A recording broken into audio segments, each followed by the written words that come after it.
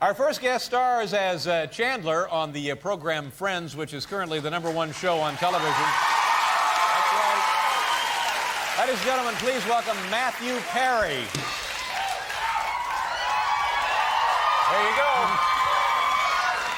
How you doing? I'm doing fine. This is, I introduced you to Pam Cox. She's from Oklahoma. They're in town visiting, she and her husband. Her husband's an attorney. That's wonderful. Thank you. Nice to have you here. Thank you. I'm glad to be here. Like I'm the host.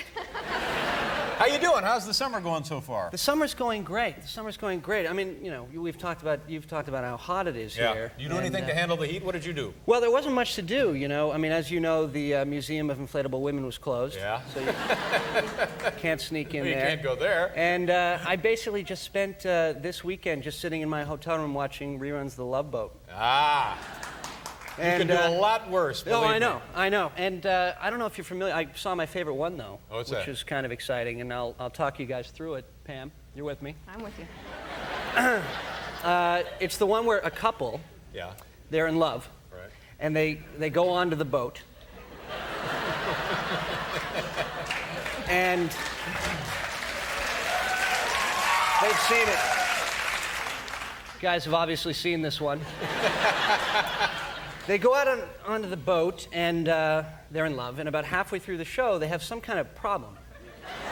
A mix-up, maybe a misunderstanding, a tiff? A tiff, if you will, some kind of squabble. And about 15 minutes later, so at this point, I'm very concerned about these people. Yeah.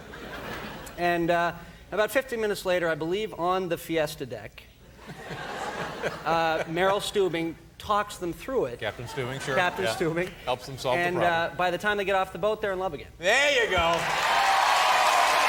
Sure.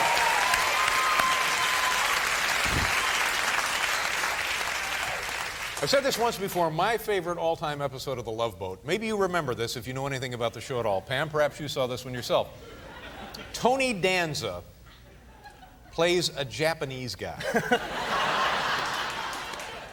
He's Japanese. His parents, his mom and dad, are from Japan. Tony Danza. And he's taking the Love Boat to Tokyo to visit the ancestral home of his parents. Nice. It's very, very stirring, not to say a little peculiar. Was Gopher able to help him out at all? I don't know. I don't know what happened exactly.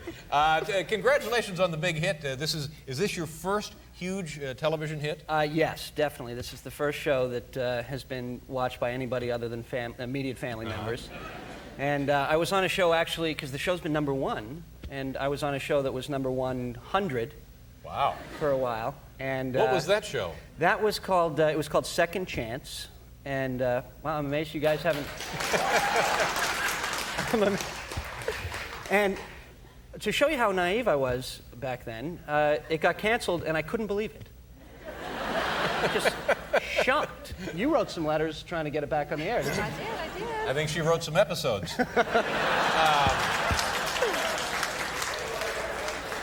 Well, and so now you're completely the other end of the spectrum, and it must be very, very gratifying. Yes. And you're from Canada, I understand? Yes. Born in what part of Canada? I was born in, well, I wasn't born in Canada. I was born in Williamstown, Massachusetts, and then when I was,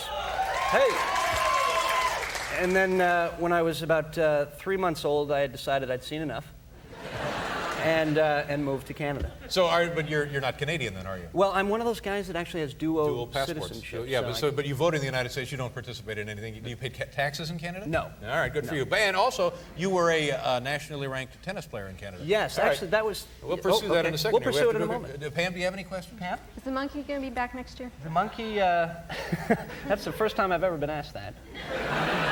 The monkey, I think, will probably make an appearance back, but we're not sure as of yet. He's in contractual stuff. He wants to direct. And you're talking about something on the show, Pam? Is that what this is?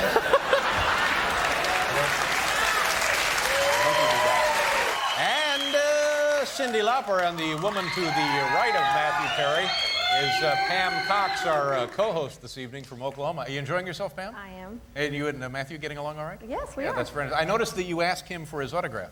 Yeah, that's nice.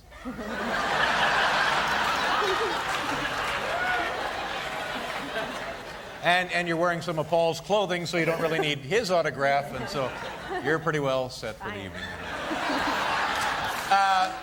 Now, Matthew, tell us about your tennis career in Canada.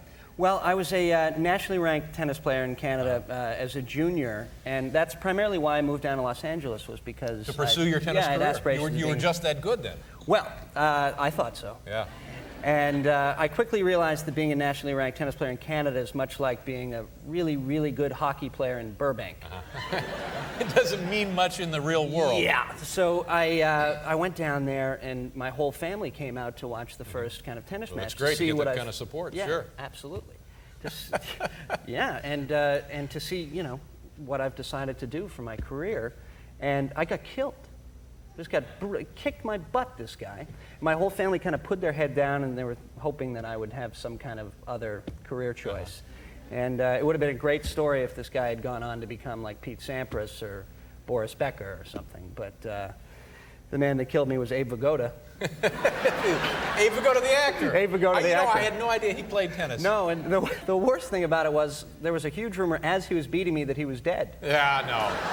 The last I heard, Abe is alive, and well, I don't know if he ever did well, but he's alive at any rate. Well, he did well in the courts. And are you seeing your family while you're here in New York City at all? Well, I got to see my grandfather in Williamstown, and I had an interesting thing happen because there's not a whole lot of stuff to do in Williamstown. So he was a big track guy. He loved running track in the 20s. And so I decided to let's rent a movie one night, and let's rent Chariots of Fire. Yeah, It's perfect. Great. Exactly. Yeah. He's got to love it. He's got to love it, and you know, it's about track people That's in, right. in Britain, and it'll be perfect. A lot of scenes of guys running and stuff. Absolutely. Yeah. Yeah. So, Inspirational music. yes, inspirational music. Exactly. Me and my grandfather Al, and the movie ended, and he turned it off, and he said, "Matthew, I just hated this movie. Really? Hated it." And I said, how could you hate the movie? Everybody loved this movie. And he said, well, I just didn't buy the way they were speaking. And I said, well, what do you mean? And he said, basically what happens is he has a very firm belief that every single British person is making up that accent. Doesn't believe it at all. No. He Some kind of trick. exactly. He truly believes that they all got together years ago in an effort to try to impress people to speak this way. Something they decided on after the revolution, kind of just to get under our skin for the rest of our days on this planet. This is what Al Perry believes.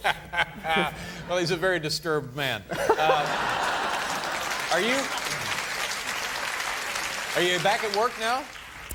Well, yeah, we start work in about a month, and right now I'm writing this movie with a buddy of mine that we're pretty psyched about because we got a great idea for it, and it's about this guy, this young guy who would be played by me. Sure. And he meets this girl who falls immediately head over heels in love with him. How could she not? Exactly. And that girl would be played by Sandra Bullock. Wow, this is great. This could be a blockbuster right I think here. so. And well, that's all I have so far. It sounds like money in the bank. Thank you. Nice to meet you. Hey, nice to meet you. Congratulations on Thank the you very success much. of Friends. Matthew Perry, ladies and gentlemen.